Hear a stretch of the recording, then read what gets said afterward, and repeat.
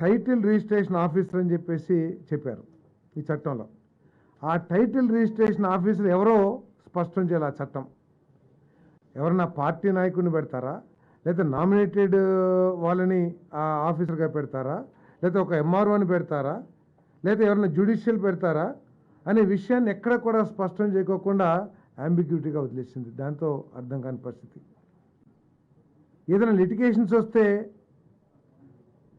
Appellant authority ఎవరో కూడా స్పష్టం చేయకుండా చట్టం తయారు చేసిందంటే ఎంత బాధ్యతాయుతం ఒకసారి ఆలోచించేయండి. ఈ సివిల్ కోర్ట్స్ ఏదైతే ఉంటాయో, జిల్లా లేకపోతే ఇంకా తాలూకా కోర్టులు ఏదైతే ఉంటాయో, వాటికి ఎవరికి కూడా జ్యూరిస్డిక్షన్ ఇవ్వకుండా నేరుగా హైకోర్టుకే జ్యూరిస్డిక్షన్ ఇచ్చిందంటే, పేదవాడు కొంత భూమి ఉన్న పేదవాడు కానీ, లేకపోతే ఒక 20 సెంటో లేకపోతే ఎక్కడ ఉన్న భూమి ఉన్న పేదవాడు అతను హైకోర్టు లాయర్కి ఫీజులు ఇచ్చి హైకోర్టుకి వెళ్ళగలడా? అంటే ఏ ఉద్దేశంతో సివిల్ కోర్ట్స్, అది పేరే సివిల్ కోర్ట్స్, సివిల్ మ్యాటర్స్ హైకోర్టుకి వెళ్ళినా కూడా ముందు మీరు సివిల్ కోర్టుకి వెళ్ళండి అని చెప్పేసి ఉత్తర్వులు ఇస్తారు హైకోర్టు కూడా. అటువంటి సివిల్ కోర్ట్స్ని తీసేసేయాల్సిన అవసరం వచ్చిందో కూడా ఇక్కడ అర్థం కాని పరిస్థితి. ఇటువంటి భయాందోళన పరిస్థితుల్లో, ఎందుకంటే మనకి ఒక ఎస్టాబ్లిష్మెంట్ రెవెన్యూ లాస్ ఉన్నాయి మన రాష్ట్రంలో మొట్టమొదటి నుంచి కూడా. ఏదో చిన్న చిన్నవి ఉంటే వాటిని ఎనామలీస్ అన్నీ కూడా మనం తీసేయడానికి ప్రయత్నం చేయొచ్చు, కానీ ఈ విధంగా స్వార్థపూరితంగా దోచేయాలన్న ఆలోచనతో ఒక యాక్ట్ తీసుకురావటం అనేది చాలా బాధాకరం అని చెప్పేసి మనం చేస్తాను. మరి ప్రజలకు భరోసా కల్పించడానికి మరి ఈ చట్టాన్ని రద్దు చేయాలని చెప్పేసి క్యాబినెట్ తీర్మానించింది. ఒరిజినల్ డాక్యుమెంట్స్ కూడా పొందే అవకాశాన్ని, ఎందుకంటే యాక్ట్ ప్రకారం ఒరిజినల్ డాక్యుమెంట్స్ కూడా రావని చెప్పేసి అర్థమవుతా ఉంది. ఒరిజినల్ డాక్యుమెంట్స్ కూడా మరి వారికి ఇచ్చేస్తాం కూడా జరుగుతుందని చెప్పేసి మనం చేస్తా ఉన్నాను. ఇంకా మూడో పాయింట్, సామాజిక పింఛన్లు.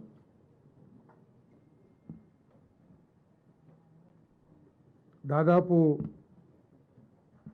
65 లక్షల మందికి ఉపయోగపడే విధంగా 28 కేటగిరీస్లో వివిధ వర్గాలకి పెన్షన్స్ ఏదైతే ఇస్తున్నారో వాటన్నిటిని కూడా పెంచడం జరిగిందని చెప్పేసి మీ అందరికీ మనం చేస్తా ఉన్నాను. నేను 3,000 నుంచి 4,000 రూపాయలకి ఈ పెన్షన్ను పెంచడం జరిగిందని చెప్పేసి మనం చేస్తా ఉన్నాను. ఏదైతే చంద్రబాబు నాయుడు గారు, పవన్ కళ్యాణ్ గారు, కూటమి నాయకులందరూ కూడా మా ప్రభుత్వం రాగానే మొట్టమొదటి మాసమే పెన్షన్లు పెంచి ఇస్తామని ఏదైతే హామీ ఇచ్చారో దానికి అనుగుణంగా ఈరోజు పెన్షన్లు పెంచే కార్యక్రమం జూలై 1వ తారీఖు నుంచి పెన్షన్ పెంచే కార్యక్రమం చేయబోతున్నామని చెప్పేసి మనం చేస్తాం. దాదాపు 65 లక్షల మందికి, 65.3 లక్షల మందికి ఈ పెంపుదల మూలంగా లబ్ధి చేకూరుతుందని చెప్పేసి కూడా మీ అందరికీ మనం చేస్తాను. ఇక్కడ ఆలోచించాల్సింది ఏంటంటే, పోయిన ప్రభుత్వం 1000 రూపాయలు పెంచడానికి 4 సంవత్సరాలు తీసుకుంటే, ఈరోజు చంద్రబాబు నాయుడు గారి నాయకత్వంలోని ప్రభుత్వం 1000 రూపాయలు పెంచడానికి కేవలం ఒక 10-15 రోజులు మాత్రమే తీసుకోవటం దీంట్లో సంతోషించదగ్గ విషయం అని చెప్పేసి కూడా మీ అందరికీ మనం చేస్తాను. ఈ పెన్షన్ని జూలై 1వ తారీఖున సచివాలయం స్టాఫ్తో ఇంటింటికి, ప్రతి ఇంటికి తీసుకువెళ్ళి ఉదయం 6 గంటల నుంచి సాయంత్రం లోపల ఇవన్నీ కూడా పెన్షన్ అన్నింటినీ కూడా పెన్షన్దారులు చేతిలో పెడతామని చెప్పి డిస్ట్రిబ్యూట్ చేస్తామని చెప్పేసి కూడా సవినీయంగా మనం చేస్తామని నేను.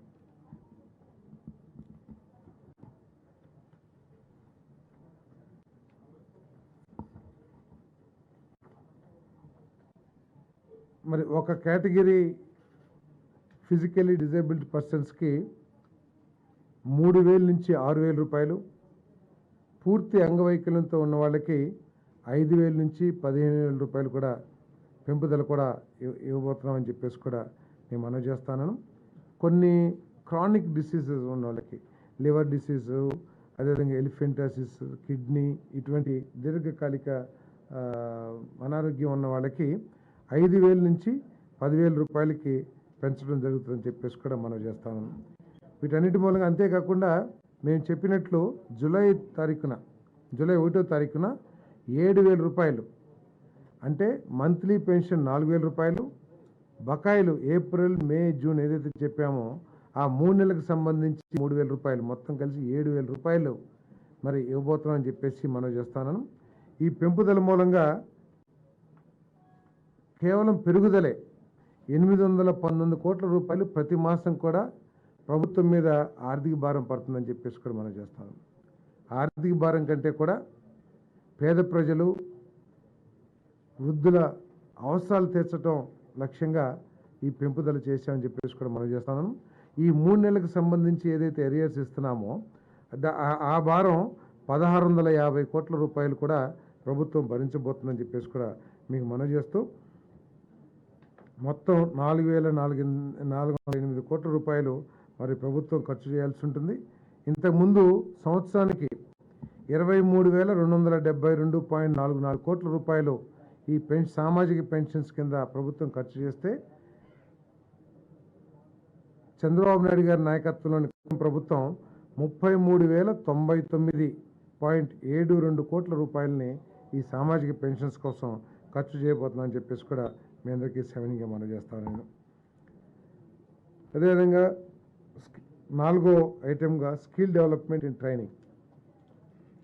మనందరికీ తెలిసిందే, దేశంలో ఎక్కడా లేనన్ని ఇన్స్టిట్యూషన్స్, టెక్నికల్ ఇన్స్టిట్యూషన్స్ కానివ్వండి, కాలేజెస్ కానివ్వండి మన రాష్ట్రంలో ఎక్కువగా ఉన్నాయి.